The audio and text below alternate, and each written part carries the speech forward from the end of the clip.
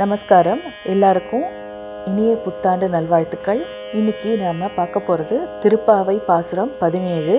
அம்பரமே தண்ணீரே சோரே அருண்செய்யும் எம்பெருமான் நந்தகோபாலா எழுந்திராய், கும்பனார்க்கு எல்லாம் கொழுந்தே குலவிளக்கே எம்பெருமாட்டி யசோதாய் அறிவுராய், அம்பரம் ஊடறுத்து ஓங்கி உலகளந்த கும்பர் கோமானே உறங்காது எழுந்திராய், செம்பொற் கழலடி செல்வா பலதேவா உம்பியும் நீயும் உறங்கேலோர் எம்பாவாய். தமிழர்த்தம்.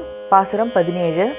ஆடைகளையும் குளிர்ந்த நீரையும் உணவையும் பிறர் திருப்திப்படுத்தும் அளவுக்கு தர்மம் செய்யும் எங்கள் தலைவரான நந்தகோபரே, தாங்கள் எழுந்தருள வேண்டும். கொடி போன்ற இடைகளை உடைய பெண்களுக்கு எல்லாம் தலைவியான இளகிய மனம் கொண்ட யசோதையே, மங்களகரமான தீபம் போன்ற முகத்துடன் பிரகாசிப்பவளே, நீ எழ வேண்டும். விண்ணையே கிழித்து திருவடிகளால் உலகளந்த தேவர்களின் தலைவனான எங்கள் கண்ணனே, நீ கண்விழிக்க வேண்டும். செம்பொன்னால் செய்த சிலம்புகளை அணிந்த செல்வ திருமகனான பலராமனே, நீயும் உன் தம்பியும் உறக்கத்திலிருந்து எழுந்து எங்களுக்கு தரிசனம் தர வேண்டும். பாசுரம் 17.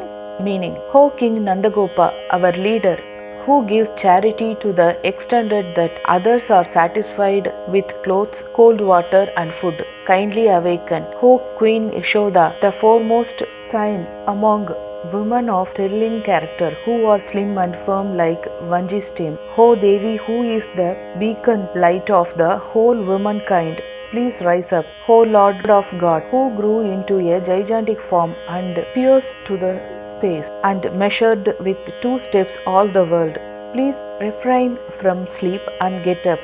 O Prince Balaram, the strong and powerful Lord, adoring the golden anklets of a hero, may your younger brother and yourself get up without prolonging your sleep. Thank you. Please subscribe our channel and support us.